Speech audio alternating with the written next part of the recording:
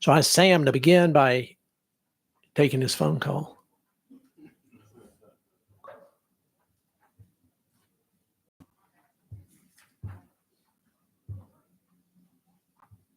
Is that the contract?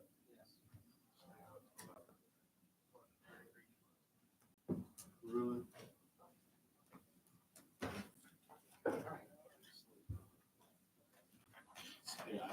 Called Jim. He didn't answer. Karen said that she thought that he was headed down here.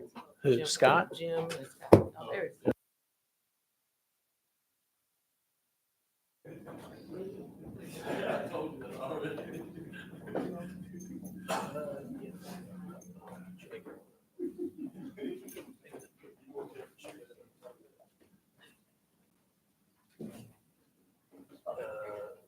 Yeah, a little bit further down behind. Can you give me a minute with him? Yes, sir. Okay. As long as you're not telling him, don't tell us something we need to know about.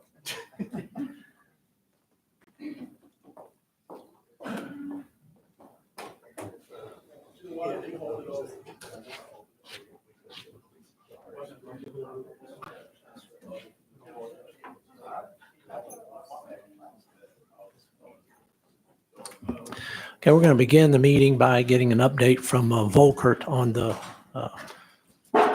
entire project, the parking deck, demolition, the arena, just to make sure we're on time. Sam?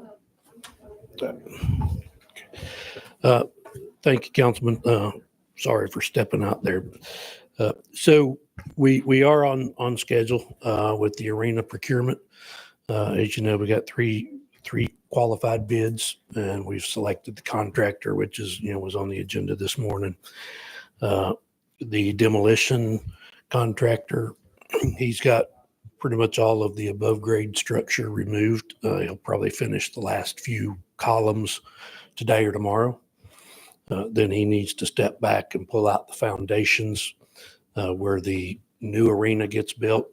So he should have all of that done and be substantially complete by the middle of March, which should time just right for the arena contractor, because if we award his contract in early March, then he'll go start mobilizing after we do all of his pre-construction submittals.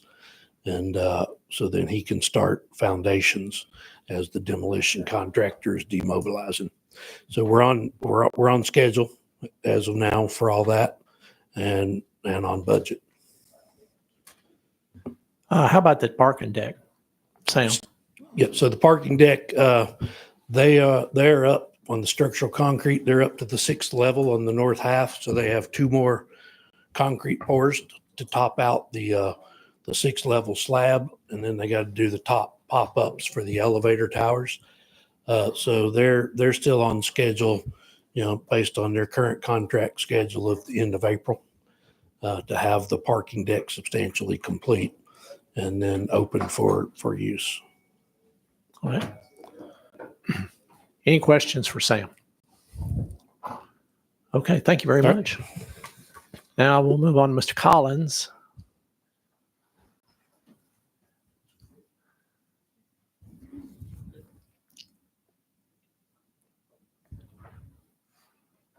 So you guys know how I love handouts. So this handout to you kind of what you see. A couple of you have already. That's okay. It's important for you to be able to see.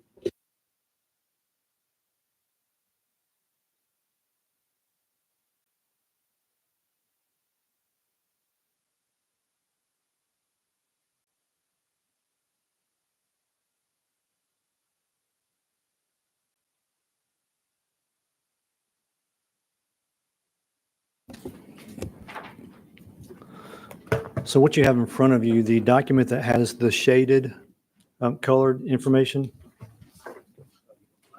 The shaded colored information, it lists across the top B.L. Harbert International Bid Award.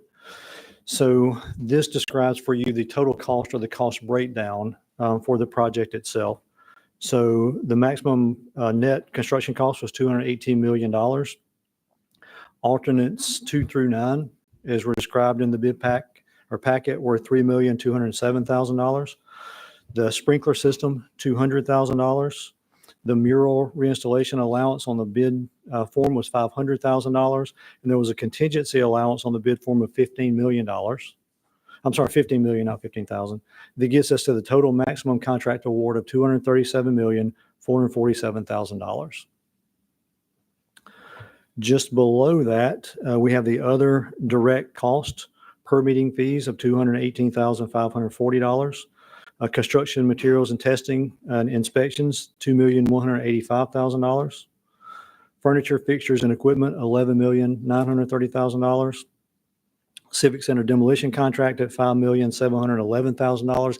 That's real time as of today for dollars that have been spent. And there's a balance available we'll get to on the next page. Just so that brings you to the total of $257,492,765.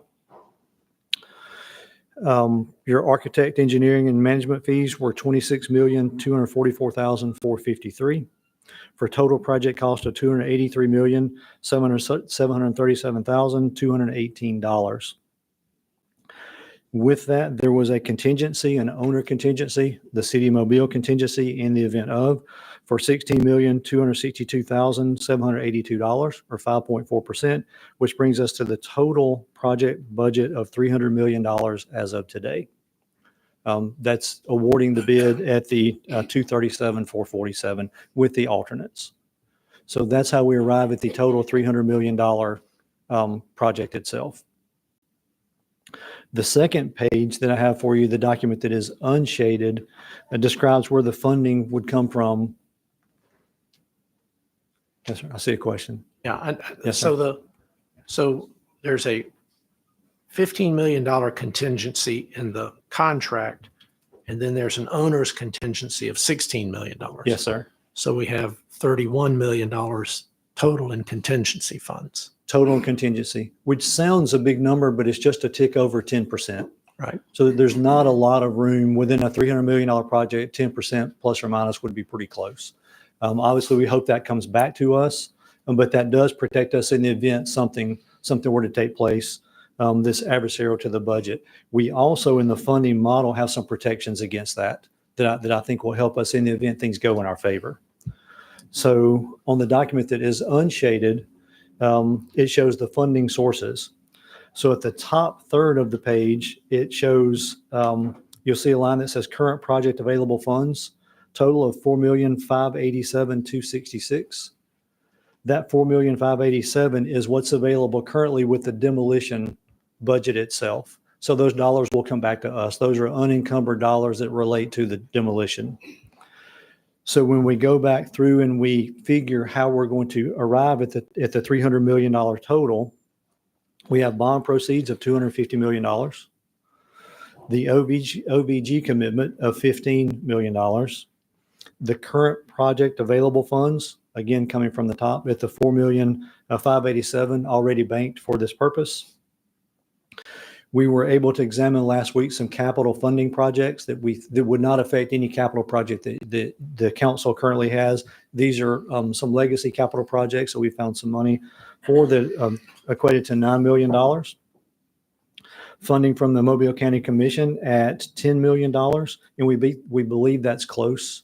They're still deliberating what that amount will be. We have the belief that they're going to do something. Our request was for $15 million. We're not sure that they're going to do $15 million, but we do believe they're going to contribute to the project in some form. So in our internal discussions, that's how we arrived at that $10 million.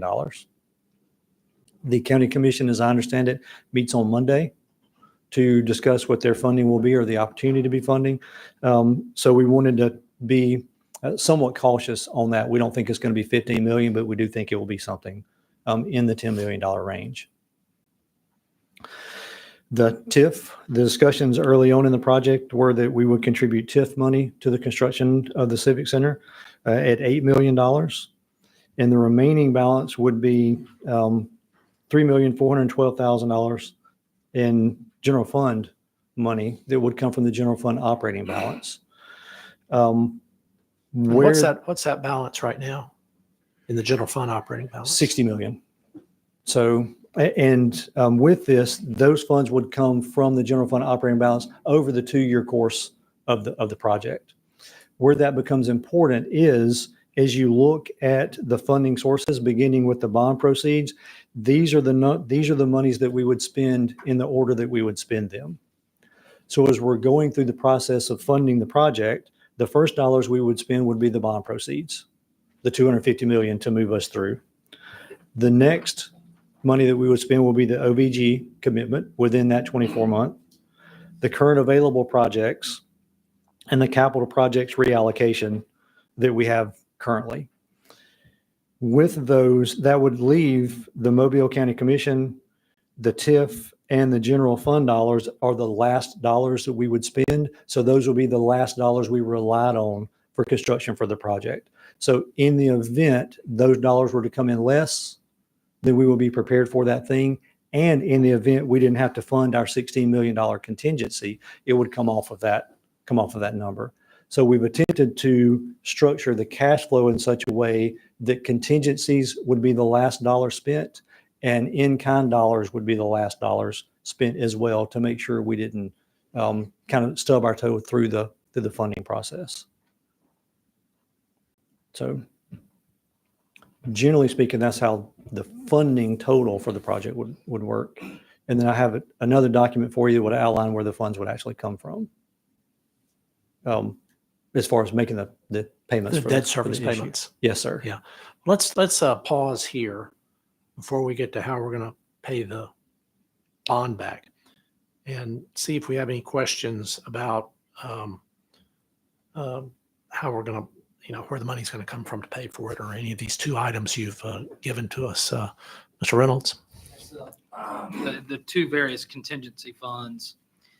Is there a different threshold that has to be met for the owner's contingency to be accessed versus the project contingency that is within the existing project?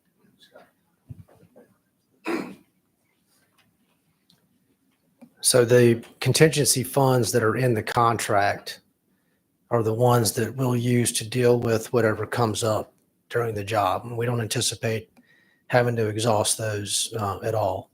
If they do get exhausted for some reason, then the owner contingency funds would kick in to be the backstop for that process.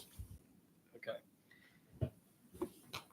So the project contingency is primary and the general fund, the owner's contingency would be secondary. That's correct.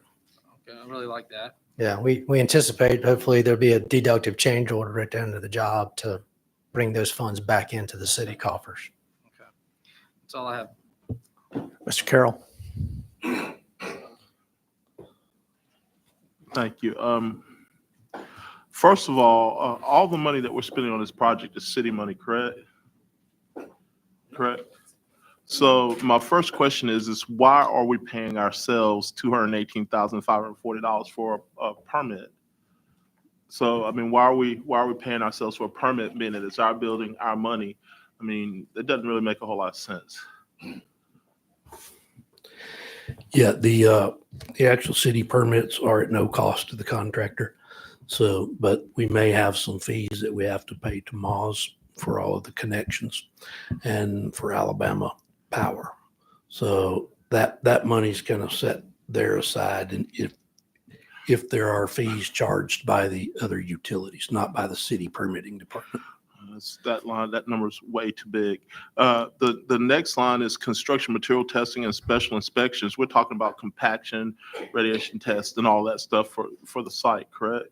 As well as certified welding inspectors for all the structural steel and various other things called out in specifications. So this number also is a estimation number, which Yes, that contract is not in place yet. That's an estimated cost. so this is in the heart. It says other direct costs, meaning that was a hard dollar cost that we knew what it was. So this number is really not a hard dollar cost, and we don't know what it's going to be.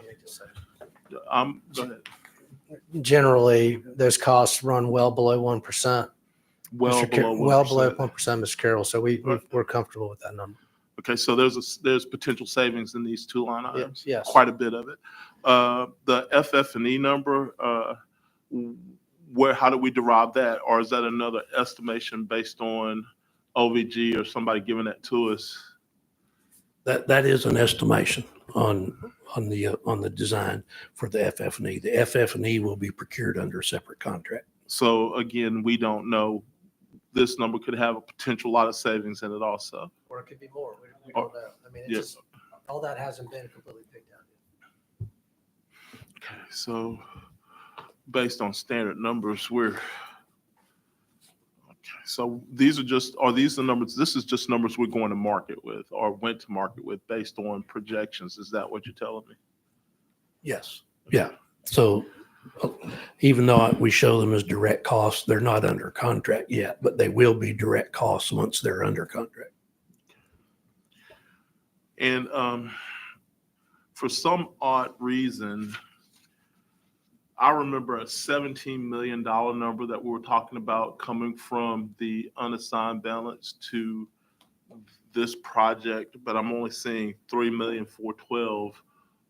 What happened there? Why the difference? So Councilman Carroll, the purpose for that is when we start looking at the total project for that, you may recall that as part of the bond issue and part of our securing of funding, we moved around $60 million to a general fund reserve account. When we moved that money to the general fund reserve account, it made sense to maintain as much as we can in the general fund operating account for the cost difference of the money. If we were to go back and put that cash out of pocket versus bond issue, that money, the difference in the debt service wouldn't make sense enough to put that $17 million in cash at risk if we can maintain that cash balance in the event we were to need those dollars in the future. So Scott, you got to talk to me simpler than that. Are you just saying that because the job came in so well, we didn't have to put $17 million in there? Is that what you're telling me? Because we were so far under budget? Right. No, sir. So if you go back a year, 18 months ago, we were thinking we would put 50 or $60 million in this thing. Okay. But as we went through the process of talking with the rating agencies, what we realized is we were leading up to that, talking to PFM, our financial advisors, is that you have the ability to borrow, more than $200 million. Okay. And you will not take a hit because of that. And the suggestion was reserve as much cash as you can, because you don't know, what's going to happen just operationally in the city of Mobile, whether it's a cost overrun in some account, some other building project. So I would say we changed directions slightly to say we want to preserve our cash. And it's not going to, again, take a hit by going to the market and getting the additional money. So that's how the decision was made. And it did morph over a period of time, but it started much higher than $17 million. Yeah, it Yeah. gives us the ability to still do the feel-good projects we need to do. That's right. Because we have the money in pocket. And I think I mentioned that to you several times. Our original goal on this was $268 million all in total spent. I think, looking at this, we're what? I think we're just below that, right? Just below the original 268 at 263 without the contingencies. So we're pretty close to what we said we wanted to do originally, compared to where we were going. We said we'd probably go to 305, but in actuality, we're well below 305 without contingency costs. Yes, no, Sam, somebody? That is correct. Huh? Correct. That's correct. So we're really 263 plus contingencies and everything else that puts us at really 288. And I think we were really trying to be 280. So in essence, we're in pretty good shape based on our original concept, which was a year and a half ago, based on what we started projecting. We're actually almost 20% less, 12% less than where we thought we would be right now. Is that not right, based on our original numbers?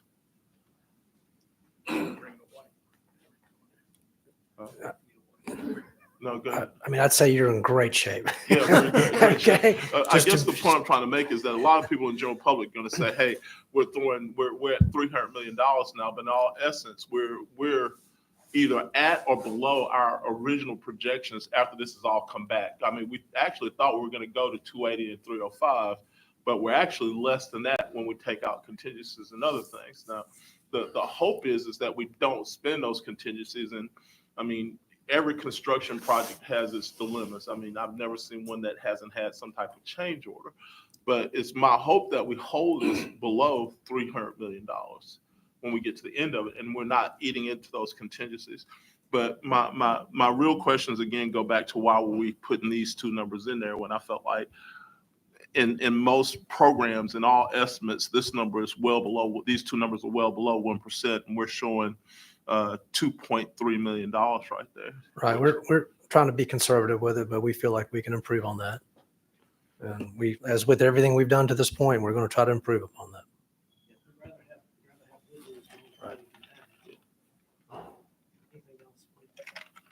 No, I mean, with no turning back. I just want to know why we had so much money in places. Yeah, I appreciate it. You have any questions? No. Vice President Gregory? Councilman Penn? Councilman Woods? Yes, sir. Scott, I just have like one question, I guess, kind of combining it together.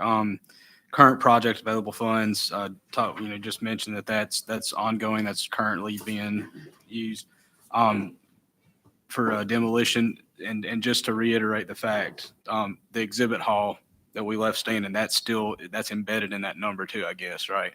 The demolition of that. That's correct, sir. Okay.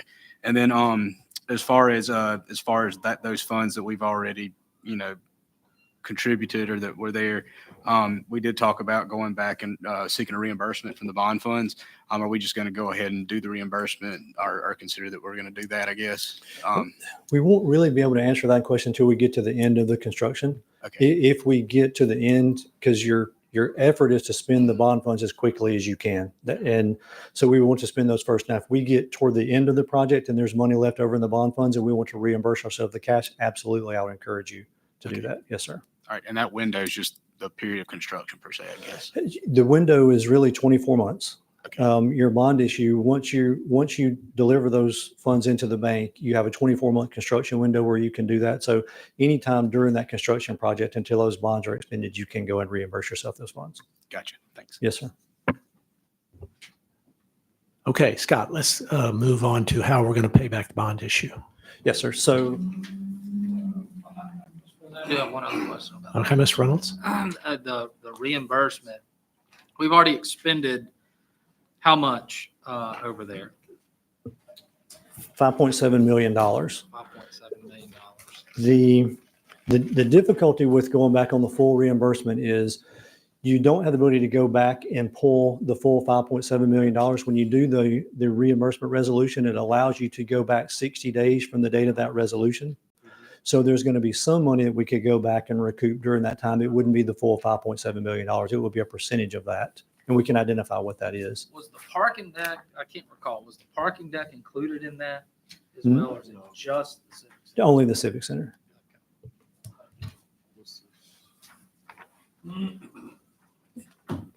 Okay, Scott, if you'd take us through this Yes, sir. spreadsheet. So this goes through what your debt service is going to look like through the life of the project. So if you just start at the top left for fiscal year 25, as all of you are aware, we are nearing the completion of the fully funding of the police and fire pension liability. That will take place in the next 24 months. So if you look just at across 2025, you'll see that for this year, our police and fire pension liability is $15,248,000 budgeted for this year. And our legacy debt is $23,355,000 for a total current debt service. And for purposes of this conversation, we're including police and fire pension as debt service. It's not technically debt service, but it's a part of our outlay. For a current total of $38,603,942. Once we move forward with this project, there will be an interest payment for 2025 anticipated to be $4,757,892. So our new total debt for 2025 will be $43,361,000. So as you're looking at that, our current total is $38,603. We'll go up to the $43,631. 2026 mirrors that, and we have police and fire pension of $15,527,000, legacy debt of $23,351 for a current total of $38,878. Next year, the arena debt increases Those are interest-only payments. As you're aware, we're doing some wraparound financing. We will have to pay those, but that will be interest. That won't be the full debt service payment. So 26 is really the year that we just have to be careful with budgetary wise. Everything, every year after that comes to our good. If you look at the new total debt, we start in this year at 43 million. For 1 year, we're at 50 million. Then we drop to 35. For 3 years, drop to 33. But at that point, our debt comes back to us. The new arena debt will actually be the same or similar as what our legacy debt is today. So we won't see over those years, if we get into 2031, 2032, 33, all the way down, we'll be paying the same level of debt service in those years as we are paying right now if we're considering our legacy debt. So the idea that we would do this, that's actually favorable as it relates to total debt we would pay. We will not be experiencing an increase in debt service over those years. 15 years. Yes, sir, that's correct. So- Scott, Yes, sir. so the police and firefighter pension,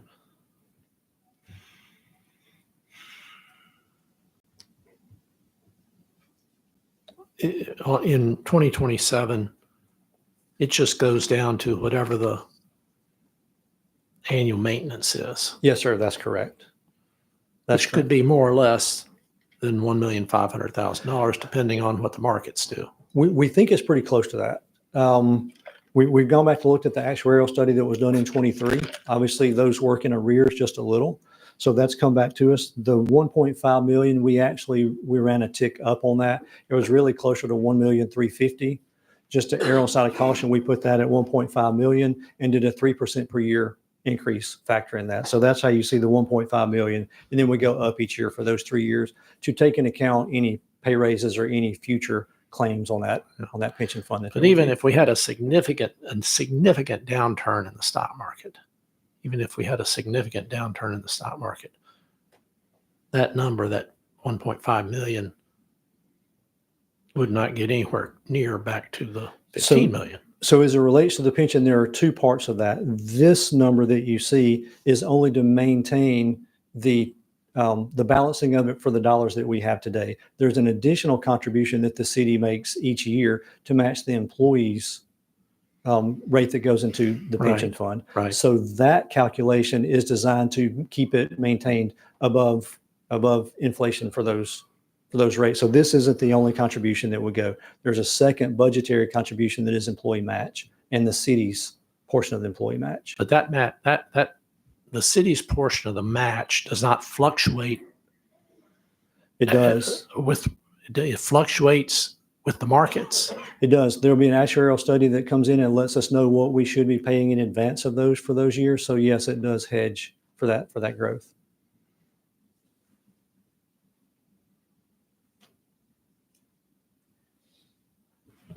But you're paying that now in addition to the $15.5 million. Yes, sir. That's right. The 1.5 million that we see is merely to maintain the status of the unfunded liability. So the liability would continue to be funded fully. That's what these dollars are for. Right. The 15 million was to pay off the unfunded liability. Yes, sir. That's correct. So once we're fully funded, Yes, then sir. you just have to maintain. That is correct, sir. But that number again, that one, I'm not Yes, sir. complaining. I'm just trying to make sure everybody understands. Yes, sir. That 1.5 million will fluctuate according to market performance. It could. Yes, sir. But even if we had a significant downturn in the markets, it's not. It'd be a fairly modest. Yes, sir. That's correct. And if there is a downturn, when the actuarial study is done each year to determine what we have to match in the Yes. employees fund, then it will take into account that downturn on that account, and that will be an annual recurring that we pay as a part of the employee match, separate and apart from the maintenance fund. Mr. Carroll, So I don't know if I heard you right. Are you saying that we're doing maintenance just to keep the unfunded liability from growing and just maintaining it at a certain number? Is that what you're telling me? Correct. What that 1.5 million does is effectively ensure that fund liability Does not get any bigger than what it is already. does not get any smaller. It maintains that, it balances that account so you don't get into another unfunded liability. So all you're doing is putting So you money in wanna the be bank. Want to be fully So- funded every year. Okay, so what's that number right now? 15,527. And that number disappears, is what you're telling me? Yes, sir. It's been paid over. In 5 years. It's been paid over a period of years. It's been paid over the last 12 years Yeah. and or Remember- 25 years, When does that number go away? 27 or 30? 27. Okay, so that number goes away in 27. So at 27, we're only paying $1.537 million for the next 15 years. We don't know. We don't know. That's the actuarial based rate. So that's how we arrived at the 2027 1.5 million. I'm just using that as a fixed number in my head. 'Cause Yes, we sir. don't know what the market's going to do up or down. Correct. But all we're doing is making sure that our number doesn't get any, once we get that number paid off, it doesn't grow anywhere. That is correct. We don't get into an unfunded position again. I'm saying it in a language that everyone else out there can understand what we're talking about. Because they don't understand, the general public isn't gonna understand us saying unfunded liability, meaning that we have a debt there. What I'm telling the general public is that after 27, we're gonna have a debt there more, and we're paying basically the interest or the maintenance on the account to make sure that it stays at zero. Yeah, thank you. In 1997, the unfunded liability, I guess, how did we get there? When the pension plan was set up, it was set up as a defined benefit plan. You got a certain percentage for every year of service, you had a multiplier, 2.5. But it was funded by the city like a defined contribution plan. In other words, 16% from the city, 8% from, regardless of what happens. But when those retirees started retiring, they realized that it was not being funded like a defined benefit plan, which is what our future payment's going to be. In 1997, Mike Dow agreed to pay off the unfunded liability, which is what had accrued. And basically, they drew a chart that showed a line going down that eventually the fund would run out of money and the retirees, same thing happened at Pritchard. And so when he took on the legacy liability, which were mainly the retirees, and began a 30-year amortized pay down. And so that was in 1997. That's why in 2027, it will finally pay off that legacy liability that the pension fund had. What you're looking at, so you have the unfunded liability, then you have the normal cost of the plan, which are our current employees and what they're going to receive some point in the future. And that's what you're looking at, is what do we have to add to the pension plan to pay future benefits to these employees so we don't end up in an unfunded liability situation again. One of the other safeties when you're talking about the market, downturns in the market, is they put in a 5-year rounding into the pension plan. So that if there's a $10 million drop in assets, you only realize that at $2 million a year for 5 years, with the thought being that if there's gains in the market the next year, it would offset. Offset the loss. That's exactly right. And so the city's not shelling out $10 million. So there are some safeties in this, but this is a remarkable thing for the city of Mobile. There are very few defined benefit plans that are in the shape the city of Mobile's police and fire pension are. I hope that kind of clears some of that up. Yes. We'll make one other comment. Go ahead. The amortization started off.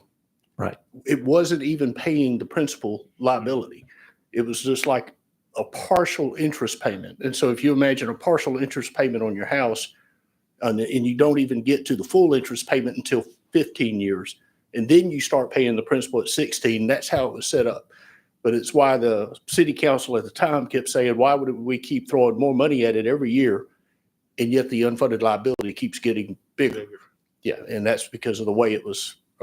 It was back in, the funding of the unfunded liability was back end loaded big time. That's right. So for the past 15 years, we've seen it start to go down, and now you're about to see it be paid off. Any other questions, Mr. Carroll? No, sir. I just wanted to make sure it was clear. Ms. Reynolds? 2025 and 2026 looks like rough years, possibly. Scott, can you remind me of how we're paying for this 43 million when we have interest only in 25 and then this 50 million in 2026? Yes, sir.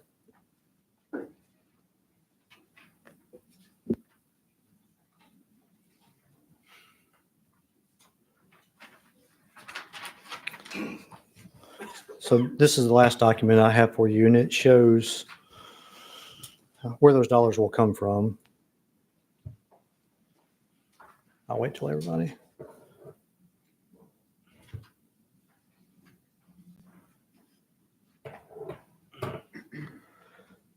So as we look at the document, this document reads similarly to the document that you have before you. So if you look over to the left, you'll see the new total debt, the same numbers, the 43 million this year, the 50 million next year. If you go over to the right, I'll show you where those are paid. Currently, if we're talking 2025, 23,355,000 comes out of capital, currently budgeted. Of the 1 cent capital percentage of the sales tax that goes over, the debt service is paid from the capital program, and that's the 23,355. You move over to the right, the bond interest earned on the bond issue for this year will pay that $4,757,000. Those funds will be remitted. We'll earn interest on that, and that is where we'll pay the interest only for 2025. Moving over to the right, we have the police and fire pension, again, that will be paid, and that gets us to the total of the 43,361. So of the 43,361, 23 is capital for debt service, 4,750,000 is bond issue interest, and the remaining comes from the general fund as it does today for the police and fire pension. 2026 will be at $50 million. Again, capital 23,351. The annual $4 million in capital that goes over, there's an amount of money that goes over to capital to pay interest on projects. That would be $2,452,000. They would move over to that line to pay the interest in 2026. $5 million in bond interest, $4 million from the general fund, and then $15,527,000 from the police and fire pension, and get you to the total. So this shows you where every source of funds is used to pay the debt service. Okay, Scott, this annual $4 million capital, I guess that's a transfer from the general fund to the capital account. So Every year? So there was money that would to go to that would pay into the capital. That annual $4 million capital is actually scheduled to come from the TIF. There was discussion that the TIF would be able to pay those dollars. So that's where that conversation came in. So it would be the council privilege whether we pay that from capital that's put in each year or the TIF. The discussions internally were that those were TIF approvals. That's the information that I had when the conversation was first discussed, and that's where that money came from. So it could be either. Sidebar, how much is the TIF generating each year? A little over $8 million anticipated this year in TIF 1. TIF 1? Yes, sir. TIF 2 is just in an infancy, but it's already generated 100-something thousand. There's no discussion to touch that. So the impact on the general fund for the 4 years after that 2026 to 2030, what are the implications on the general fund for that $7.5 million? So the general fund would actually see a decrease in that. You wouldn't have to pay those because that money after that year will be being paid out of, those dollars will be going into capital. As that comes out, it shows general fund, but as you look across, you'll see lodging tax, general fund, police and fire pension. Those dollars would simply be there's an offset in there from capital. It may not show that there. I can send you the other document that clears that up specifically and show you what that is.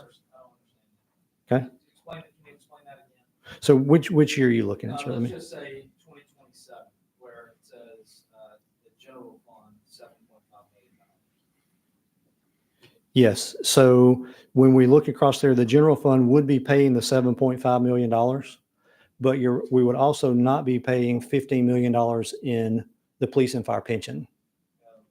So that police and fire pension reduces from 15.5 million to 1.5 million, we would pay that 7.5 from there. So the general fund actually would see a net to that of $8 million.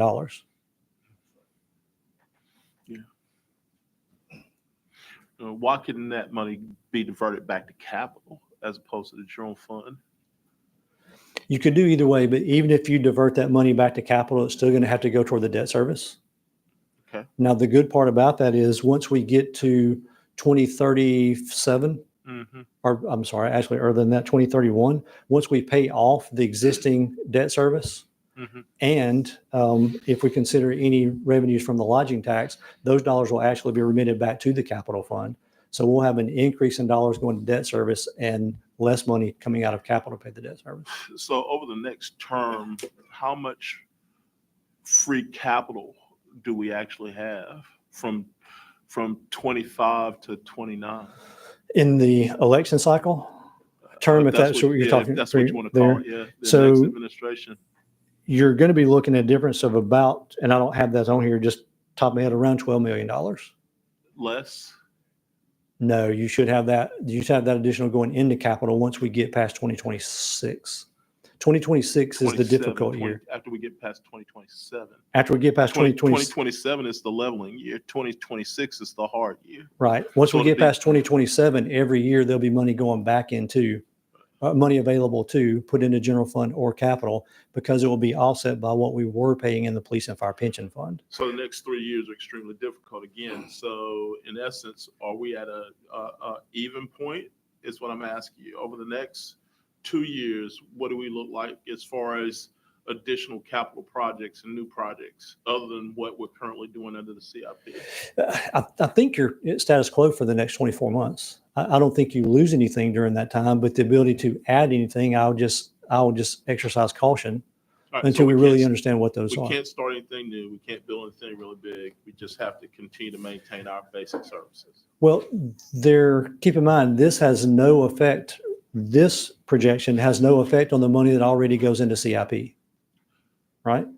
I'm not just talking CIP, I'm talking about capital period throughout the entire city. I'm looking, in my mind, I see based on the numbers you're saying, I see we're either less or right at even when we take into our debt service on a budget of $304 million a year. And looking at these numbers, we're more close to even than we are with additional capital to do certain projects from 25 to 27. So what I'm asking is we couldn't go build a dog park, we couldn't go build an animal shelter. We couldn't go build a theater. We couldn't go do those things over the next 3 years. We'd be limited to the types of projects we can take on. So let me hit both those projects. So theater, it's my understanding that theater, we're talking $100 million, whatever that number is. I'm not talking I'm talking in projects, not in absolute what we're going to build. Yes, sir. I'm saying, all right, so we wouldn't just go build a $15 million facility Right. over the next 3 years. We wouldn't go build a $10 million or $5 million facility over the next 3 years because of the position we're in with capital and the ability to add additional debt service. Right. I think it's reasonable to assume we would not want to, in the next 12 to 18 months, go attempt to add additional projects. I think once we get to the end of 26 and we're able to really project what those look like, I think we're in a bigger opportunity to have that conversation. What's also left unsaid in here is that if this goes well, we have also left available on the table through the Civic Center funding unspent dollars that may or may not go to a contingency fund. So there is a built-in opportunity to fund some of those things with the capital stack that we have going forward. That was the purpose of spending the bond issue dollars first, every other process that we went through, to leave those unspent dollars last and hope that they would be available to put those toward another project. So that's the effort. But where would those numbers show in the budget? They would only show within the Civic Center budget line item, would they not? We So- would not be able to see those dollars to know that they were used. No, actually, so you will. So in the budget model that we have coming before you for 26, you'll see a 3-year rolling budget that shows your beginning and end cash. Mhm. So you'll see that for operating and capital. So when we put that budget before you, you'll actually see what you start the year with, what you end the year with in your operating and your capital, see the pluses and minuses, and then be able to apply those dollars. So you will be able to see that. So they'll be broken out by line item. The bigger items will be broken out with individual line items under it. The total cash available Yeah. and those projects under it. Mr. Okay, so the cash contribution that we were intending to make to reduce the amount that we would take in debt on the bond, we're now, I'm learning, not going to make that large cash Yes, sir. contribution. The question is, if we were to make the cash contribution as a result of, say, this lodging tax that's going to be approved now is left blank on here. If we were to make the cash contribution to the project, how much would it free us up in year 2026, where it looks like it's going to be pretty tight? Only by the amount of cash that you put toward that, if that makes any sense, because you're Right, so we could make a cash contribution for 2026 of $20 million, and we would only be on the hook for, $30 million. in theory, yes, sir. Yes. And then if this lodging tax that is apparently going to pass does contribute in the first 1, 2, 3 years to this, what are the implications of that on this as well? So if that goes as discussed, and I know there's still work in progress, anything over MAA or other distributions would be applied to, by the ordinance, will be applied to the debt service. So for every one of those dollars that come in, it would offset your need to supplant that with general fund dollars. Okay, so So- that allows us to preserve $110 million in cash, is that? No. Did I understand that correctly? No, sir. So here's how that came about. So the discussion, the city has unassigned fund balance roughly. Okay, $60 million. Right. Cash is the intent. Right. So the discussions were, you could put those dollars to the project. In reaching out the bond rating and all the other process that were going on, the discussions were, the city is in a better position to preserve that $60 million in a reserve fund long-term than they are to commit that $60 million in cash to the project. That's what promoted the development of the reserve fund. So the So, reserve fund's 50 million, then there's 60 million in cash. yes, sir. And that 60 million cash, the intent by raising this tax would be the 60 million would just stay there in a cash account. We hope. So a broader discussion, but the 60 million is not a static number. The 60 million that you see in the general fund operating or unassigned balance, years past has been discussed as a number, and here's what the unassigned fund balance is. That is in fact not true. The unassigned fund balance ebbs and flows with the budget itself. The unassigned fund balance is really just your general fund checking account. So in heavy times where your revenues are high, January, February, March, when your business licenses come in, your unassigned fund balance increases, but it decreases during the lean times of the year. So there's no real static general fund unassigned fund balance because it could change. It could be artificially, and I say that loosely, artificially high in January and artificially low in August based on your cash flow. Yeah, but that delta doesn't swing by 60 million, right? What you The use, ebb and flow doesn't swing by 60. you'll use some of that money during the course of the year. Now how that, But how much is right? So this is changes? the first year we've had that, Okay. right? So we've had the unassigned fund balance, but we haven't had the reserve fund to go with it. So that's the purpose of us going through the budget that will show you the beginning in cash balance, so we can go and answer that question for you and know what that All dollar right, is. perfect, thank you. So the conclusion that PFM reached was that the interest earned on our cash is better than the debt paid by making a cash contribution or a contribution by way of taking on that additional debt. Yes, sir, for two reasons. The first is when you go to issue your bond rating, when you go through that process to be bonded, about 20% of your bond rating is based on your reserve cash, what you have available that's going to be reserved to be used in the event of emergency. That's the purpose of that. The second part of that is to ensure that as your cash flow goes forward, you don't dip too low in that. We could go take $20 million out of that today, but the timing of that can put your operating budget at risk should something go wrong. So their suggestion was, rather than put your cash into the project, it makes sense to secure your cash, bond that money, and give yourself the ability to pay that going forward if you needed to do it. There's also an opportunity built into this under Alabama law where you can go back and refund a municipal bond after 10 years. So we, So- in year 10, we could make a $50 million contribution to the bond, and it would stop interest payments at Certainly that could, point? you could pay that debt service off if that's what you chose to do. Yes, sir. So if we go out another 10 years and we're there and those dollars are there, once those bonds are callable or that they can be satisfied, absolutely you can put those dollars to that. So it's not just a loss on the interest. There's a method to what you would do with that dollars on the interest earned investment and your ability to use those dollars in future years. And we earn interest on our $50 million reserve fund as well, correct? Yes, sir. We earn interest on the reserve. We earn interest on the operating. We will be earning interest on the bond issue funds deposited. And we will expend those through the course of the. Okay, That's we're gonna let some other councilmen have some questions here. Mr. Penn. Thank you, Mr. Chairman. I think William and Mr. Reynolds asked a lot of questions and you answered a lot. So thank you. I did have one particular question, is that with our legacy debt, can you explain that what's considered legacy debt for the public?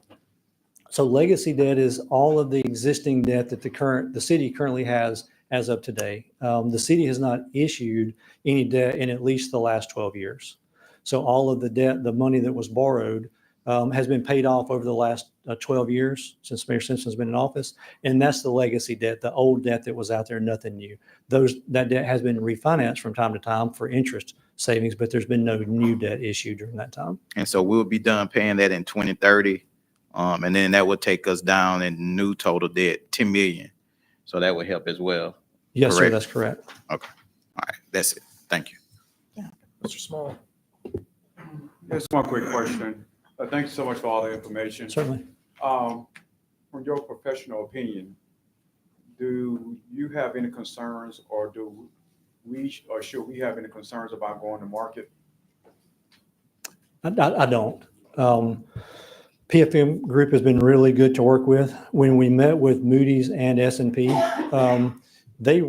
Moody's more so than S&P were very forthcoming in their discussions about the city's financials. We made the presentation, we went through that, and then they really engaged us for about an hour of conversation after that, just for the financial stability of the city and what it looks like going forward. And their assessment was the same as ours was. The city's in a really healthy financial position. If you were to take away all of the conversations that we had today and you look at just the base numbers, our budget total runs about $400 million and we have $125 million in cash in the bank. Let me just So- go a little bit deeper. Yes, sir. I guess what the country is facing now, that we might be facing some unknowns. That's what I'm really talking about. Sure. Do you have any concerns about that? I think we're able to offset that by borrowing the money that we're borrowing and not putting the cash into that. I think if we were to go back in and put our cash in there and borrow money and not leave ourselves a cushion in the event something happened, we'd be at greater risk than we are borrowing the money and preserving that cash in the event something negative were to happen. So in this instance, although interest rates are relatively high, and that's a good deal of money, I do think it's smart for the city to hold on to their cash and go to the market. I would do the same thing if I was issuing debt myself personally. All right, thank you. Yes, sir. Hey, Scott, thank you. Appreciate all the information. Just going back to some questions that, that we hear about the city taxing again, and, why are you raising taxes, even though we know that it is a lodging tax? But looking at the proposal, let's just say this doesn't pass. What happens then? I mean, I understand Visit Mobile wouldn't get an increase in their budget, and we know what they would do with the increase in the budget, but say this doesn't pass. What does that mean for paying off the bonds for the airport, et cetera? Can we do it without the lodging tax? And if you say, yes, we can do it, how would that happen? So two discussions. The first is the bond issue for the Civic Center itself. right? So if you look at the bond issue for the Civic Center itself, if nothing took place with any other source of revenue, it would still be a zero-sum game for the city. The reason why is you have currently $23 million in debt you're currently paying that comes out of capital. So we know as we get into 2031, we're going to be paying $23 million in debt service. So debt service for debt service, there would be no change, right, for the city itself.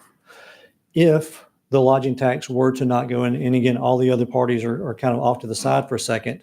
If the city were to choose, absent of that, to fund MAA or any other thing, we would simply need to take into account that that will come out of the general fund operating. Now, the reason that wouldn't scare me a lot having the conversation today is if you look at the way the city has to budget by law, the city of Mobile is not allowed to budget revenue increases year over year, right? That's what's provided the city to have the unassigned fund balance that it has today, right? So as we go forward, if we look historically at budgeting for previous year's revenues, and really we're going back 15 months when we pass a budget, then we can already be assured that if we don't grow at all year over year, there's still going to be some increase in cash that hits the bank, right? The challenge for that is how do you take those same dollars and put them to your future operating for your own needs? And that's where the question comes in. Do I think the city could do that with some in-depth planning? Yes. Would it maybe limit your ability to look at other things you want to do? Certainly. The lodging tax, keep in mind, we're already at 8% now, right? So if we're going from 8% to 10%, the total impact for the general fund operating budget in the grand scheme is not that impactful, especially if most of the 2% is going to somewhere else. So we've kind of already sort of planned for the event that takes place. I hope that kind of answers that question. That simply gives the ability for our partners to be successful on our behalf in no expense to the city. I've heard the conversation about, we're raising taxes and doing those things. And yes, in the purest sense of the word, that is what's taking place. But really, it's a participation tax, if anything else, because as we're going through, we're having people who are participating in the activities at the airport that are coming to support that. People are participating in activities at the Civic Center who are going to do that. One of the speakers at the city council meeting earlier today was talking about, different groups and won't be able to do this and that, how all that works. I would argue the opposite. I think if you're looking at the tax, if you're looking at the city's growth potential to do that, really what you're trying to do with those funds is what every other community wants to do and turn yourself into a destination economy. Right? We can organically grow our 2%, 3% a year, but people, as you're doing destination economies, are willing to pay for the experience at that destination, all things being equal or greater for their enjoyment in that. So for me, looking at the sales pitch for the 2% increase, I don't see it as something that people are going to frown on. I see it as their ability to participate in a greater sense of enjoyment that they're willing to pay for in other places. And if we're doing that, it just makes sense to capture that destination economy dollar to the city of Mobile. Lastly, I would state that in all of this, there's been no discussion about other like taxes, right? If we go in and we're saying we're going to have people stay at the hotels and spend money at the Civic Center or the arena and the airport, what we have not talked about in here is the collateral revenue increases in sales taxes that take place at restaurants, shops, other things that take place downtown, all of those things that come in. So the 2% ultimately will generate to the city of Mobile multiples of that 2% at no cost to the taxpayer and allow them to engage and enjoy those additional sales tax dollars that come in that aren't at a cost to the Mobile resident. So for every dollar that's invested, you're going to see a greater return, in my opinion, on the dollar spent here through the destination economy model. Yeah, that's a great explanation. I want to go back to one other thing. We were talking about the CIP, Capital Improvement Program. I think what William was alluding to and we had talked about was citywide capital projects, not the council's CIP. Yes. Because anytime we start talking CIP, that just, raises that flag. We want to make sure that everybody understands that those CIP projects that are done district-wide would not be impacted unless, of course, the whole world Yes. falls apart or something like that. And there is no sales tax money coming in, then therefore there would not be any CIP. But at any rate, he was not talking about the district projects. It would be bigger projects. It would be citywide. Understood. And I'll kind of leave with, I ain't from around here. So, so from me, when I'm talking about CIP, capital improvement plan or other thing, it's the global, it's the bigger number of that. Obviously CIP council is different than what's invested from the city. And that was taken into account for the total answer. So I apologize for that. But I think with the reorganization of the dollars that I've seen today, even though we're not putting a large amount into the capital, at least we're trying to make some concessions to be able to do those projects There is some going into that global. that we've been able to do. This administration, and I've told the mayor this several times, has gotten to a point where they're able to do these small, quick projects that the community really needs. And if we had put ourselves in that position, we wouldn't have been able to get to those. So I think that we're on the right track. It's just how much. Right. We as council people tend to be a little greedy when you say how much, but at least we're on the right track to get there. And that's why I asked about putting the excess revenue back into capital as opposed to back into the general fund. Well, That's either why way. that question was asked either. So either Transfer way, it, but, yeah, but the next, that would be something for this council and the next administration. To really look at to- making sure that that's a priority. That's, or Yes. whatever council here Yeah. in the next administration. But the overall goal is to make sure that we pay off that arena a little bit faster than we intend to. I think that would do us a whole lot of good. Sure. also. Mr. Woods. Thank you. I just want to make some closing comments, which is that I think we all have an interest in a number of different things. One is to get the new debt paid off as quickly as we can get it debt. Right. The other thing that's really important is to maintain flexibility. Yes. Maintain flexibility. The economy has been so good for so long, there's a tendency to think it's going to continue to be good. And that's not consistent with history. There is going to be a turn down. There are going to be things out there that happen that are negative, and we've got to preserve our cash to the extent that we can. And preserving the cash has two components in it as far as this project is concerned. One is to go ahead and borrow the $250 million so we don't have to use our cash to do that. And the second thing is to move forward with the lodging tax, which will provide additional revenue to us so we can get the airport taken care of, reduce the fares out there so people start flying in here, producing the kind of sales tax revenue that we need, and also and get the debt paid off at the new arena as quickly as possible. So I think all those things fit together. And go back to the two things: get the debt paid off as quickly as possible while preserving the financial flexibility that the city has. Right. Well, what you're doing with all of this is communities have the tendency to spend tomorrow's dollars today. Exactly right. And what we're really doing is spending today's dollars tomorrow and making sure that we're reinvesting today's dollars back in the community for tomorrow. And there's a series of mechanisms to put in place for that. So I would challenge anyone to answer President Small's question or go through. I would challenge anyone to come in and look at this model that what you have before you and lay the numbers on the table for any other city and describe how this would not benefit any city anywhere that you put that to. So Yeah. there's a lot of work that's come behind that in the mayor's office, all of our community partners, but it works. Yeah, the municipal, when you examine municipal finance across the country, it's not always an example of fiscal probity. Certainly. Thank you very much. Yes, sir. Thank all of you for all your time. Okay, we're adjourned. Thank you. Wait. Wait a minute, Mr. Mayor has a comment. Johnny come lately. I just want to thank the council. Over the last 18 months, however long this has been going on, this project has sometimes changed directions a little bit. But Mr. President, I would say that what we've tried to do as we conserve in cash, let's say out of the general surplus, is doing exactly what you're talking about doing.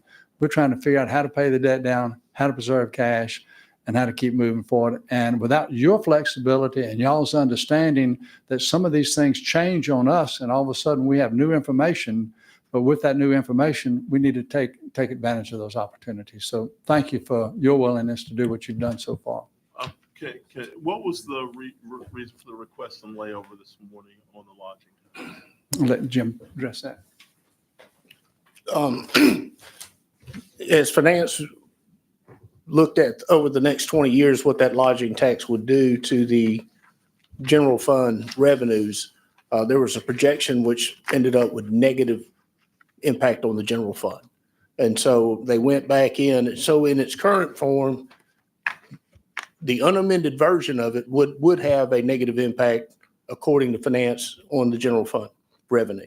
In other words, the 37.5% of the total lodging tax would actually draw down more than the lodging tax that we're getting with the 8%. So we went back and tried to amend it so that the 37.5% would only be on the current 8%, and then the excess would go to MAA and debt service. But what I found out this morning is that there may be a legal issue doing that, because the district plan that was put out and petitioned by the hotelers had the total lodging tax at 37.5. So we were changing the district plan by ordinance, which requires them to have to go back and re-petition the hotelers. And so that's why I pulled David Clark and them aside. We found that out this morning. I've been talking to them on what can we do. There's two objectives here. One of them is to not allow the current revenues going into the general fund from lodging tax to have a negative impact. The other one is to be able to do this to where Visit Mobile gets their 37.5% up to, and then we have some money for MAA and debt service. So it got a little complicated. That's why we asked you to hold over. I'm about to go meet with them and the hotelers again to talk about this, but talking to Preston Bolt, I don't think we can do anything in the current ordinance, or we can't amend the current ordinance without it requiring a repetition of the hotelers. How much time would that take? You know, this conversation, I think we can, before next week, we can certainly have a formula that would make the general fund whole. The problem is we don't know how long it would take to repetition the hotelers. That's what I'm asking. Yeah. And we don't even know if we'd have a positive outcome if they did repetition, but that's why this meeting. But what we'd like to do is set a date certain that if we're going to make the general fund whole, to work with David Clark's group and Spike to come up with a proper formula to make the general fund whole and give them a chance to go back and try to repetition and pick a date certain in the future that we're going to bring this back up on the agenda. Jim, you're making me ask a whole lot of other questions based on what you're saying.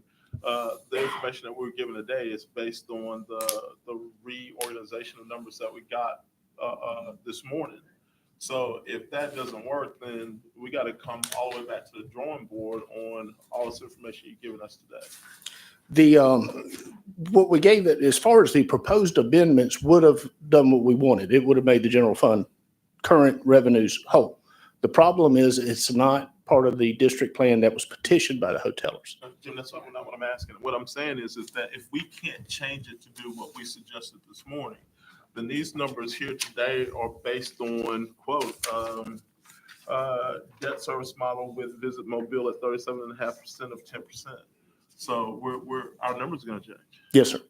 And so none of what we have right now is right if we can't get this correction done. We're going to have to redo the methodology, the formulas, and then bring it back to you. How long is all of that going to take is what I'm asking. I'm sorry, Gina. I mean, you're asking the same thing I am. So. I'm going to turn to Spike. I'm opening up a can of worms. Can you somebody just let us know? We will. Yep. All right. And like I said, that meeting is about to happen, so I have a better idea of what that would look like. And one more thing, the TID sunsets or expires, correct? So we're working on a time frame of accomplishing getting the TID. Yeah, we have got to get this right, but May 31st, I believe, isn't that sunset date, May 31st? And so. One other thing, this doesn't affect. Wait, let him answer Josh's question. I'm sorry. Go ahead. Here, write your question down. I didn't even know you started talking. Because it does sunset, and theoretically, though, in theory, we don't have to do them companion pieces. We could go ahead, reapprove the TID, correct? And then tackle or is that what is that our issue? Kind of what you're saying now is because we're changing one, we have to change the other. And, That's right. The TID actually requires that. It doesn't say 10%. It says total lodging tax. And so that would encompass a 9%, a 10 or 12, anything that we do. But we could separate the lodging tax from the TID and pass the lodging tax whenever we wanted to. Again, there's a question, and if the district plan that was petitioned is different than the one they currently are serving under, it would have to, there's a problem there. So we got a petition and we gotta have the public meet, the public call for them. You gotta do that whole process. That's right. Right. Yeah, you can raise it up to 20%. The ID that's making it difficult. Yeah, let me have this. Can you just tell us where we are? Because right now we're putting a whole lot of speculation out in the public. This is a public meeting and we don't have all the facts. So can you just bring us? Yeah. So, okay. We know there's a sense of urgency about this. I mean, so we're not confused about that, okay? And we do understand that what you're giving you can change. So we started operating on this, let's say at 9:30 this morning, or 9 o'clock when we realized it. And so just as soon as the hoteliers and administration can get comfortable, and figure out what we're going to do, we'll come back to you just as quickly as we can. We do believe from talking to the attorneys that legally there is a good way to solve this problem. Part of the challenge is going to be is what can the hoteliers realistically do? And so we'll have an idea of that, after the upcoming meeting. And as soon as we know something, we will let you know. In the end, this doesn't prevent us from moving forward with the Civic Center and everything else. It only affects how we're going to handle debt service. That's right. That's right. Good We can point. handle the debt service with or without it. Yeah. Thank you. Yeah, we're adjourned. We've got a 2 o'clock right behind it.